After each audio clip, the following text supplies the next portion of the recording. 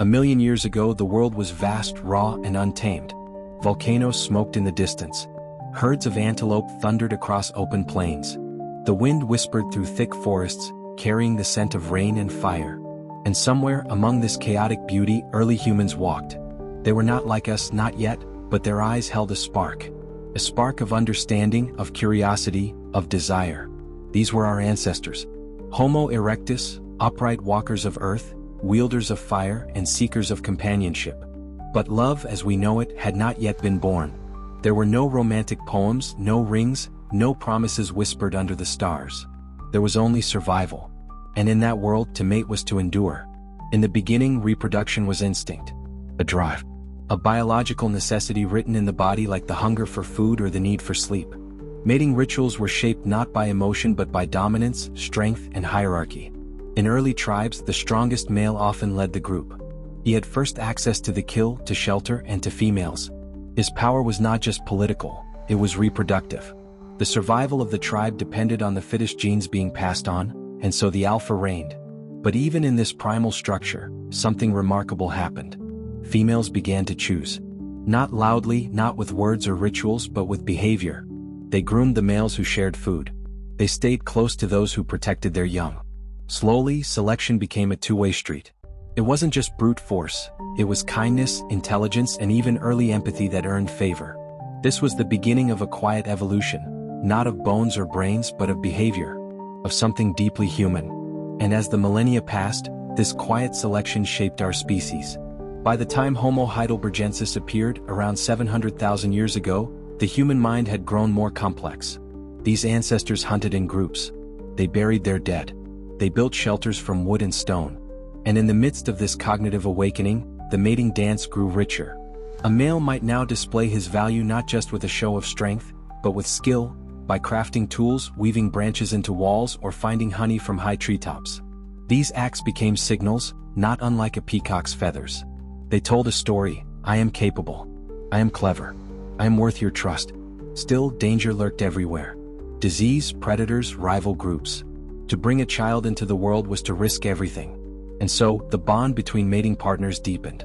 Pair bonding, once fleeting, now extended beyond mating. Fathers began to help raise children. Mothers leaned on partners for protection. And so, the earliest family structures emerged, not yet stable but stirring. Time moved on, and with it came Neanderthals. Around 400,000 years ago, these burly humans carved out a place in the frozen lands of Europe and the Near East. They too sought mates. But their approach was more nuanced than one might expect. Fossils and artifacts reveal communities, care for the injured, and rituals that suggest emotional depth. Neanderthal mating was not simply random. Genetic evidence shows they lived in small groups, often with limited outsiders. In such close-knit bands, mating required careful balance. Cooperation mattered. Harmony mattered. Mating became about alliances as much as attraction. And perhaps, just perhaps, there was affection.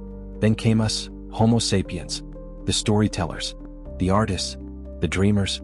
Around 300,000 years ago, we emerged from Africa, carrying with us fire, language, and a mind capable of imagining the future. For us, mating would become something entirely new. Unlike our ancestors, we painted our desires. We carved figurines, drew animals on cave walls, and wore jewelry made of bone and shell.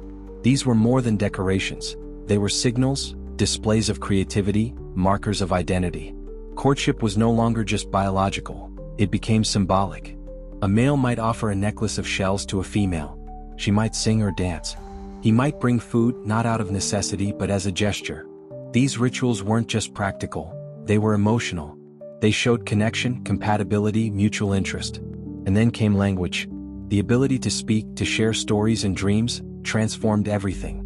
Now, a mating partner was not chosen just for strength or looks, but for their voice, their ideas, their spirit. Two people could fall in love not through biology but through words. But love did not mean safety. Ancient life was still brutal. War, famine, childbirth, disease, all loomed large. And so, communities mattered more than ever. Elders guided the young. Kinship ties shaped who could mate with whom. Taboos emerged. Customs formed. Marriage, though far from its modern form, was born. At times, arranged pairings ensured peace between groups. At others, forbidden love crossed tribal lines. Children were not always raised by just two parents, but by entire clans. The idea of family expanded, encompassing all who shared the burden of survival. Across continents, human culture began to bloom. In the grasslands of Africa, in the forests of Europe, on the icy steppes of Asia, people developed unique mating customs. Some danced in circles under moonlight. Others traded gifts. Some fought rivals in ritual combat. Each culture painted its own picture of courtship. But beneath the variety, one truth remained. Mating had become about more than reproduction. It was about meaning. The earliest myths, etched into stone or passed from mouth to ear, often spoke of lovers, gods who chased mortals, spirits who bound two souls. The sacred and the sensual became entwined. Sex was no longer just an act. It was a story, a symbol, a rite. In some places, fertility goddesses were worshipped. In others, male virility was celebrated. Rituals ensured cosmic balance, tying the act of mating to the movement of stars and seasons. And through it all, humans kept evolving, emotionally, socially, spiritually. We loved, we lost, we searched, we settled. Monogamy rose in some places, polygamy in others. Some tribes embraced fluid relationships, others enforced strict rules. Across millennia, there was no single path, only a mosaic of behaviors shaped by environment, belief, and necessity. And yet, every generation looked for the same things: safety, connection, warmth, future. From the first spark of fire to the first whisper of a love song, from shared roots to secret glances, the story of how our ancestors mated is the story of humanity itself. It is not just a tale of survival but of creation, of longing, of becoming. Even today, echoes of the past remain. We swipe on screens instead of exchanging berries. We text instead of carving symbols on cave walls. But beneath the technology, beneath the modern rituals, lies the same ancient yearning: to be seen, to be chosen, to belong. 1,000,000 years of evolution have brought us far. But love, desire, the search for a mate? These remain. Forever ancient. Forever new. And as long as humans walk this earth, the dance continues.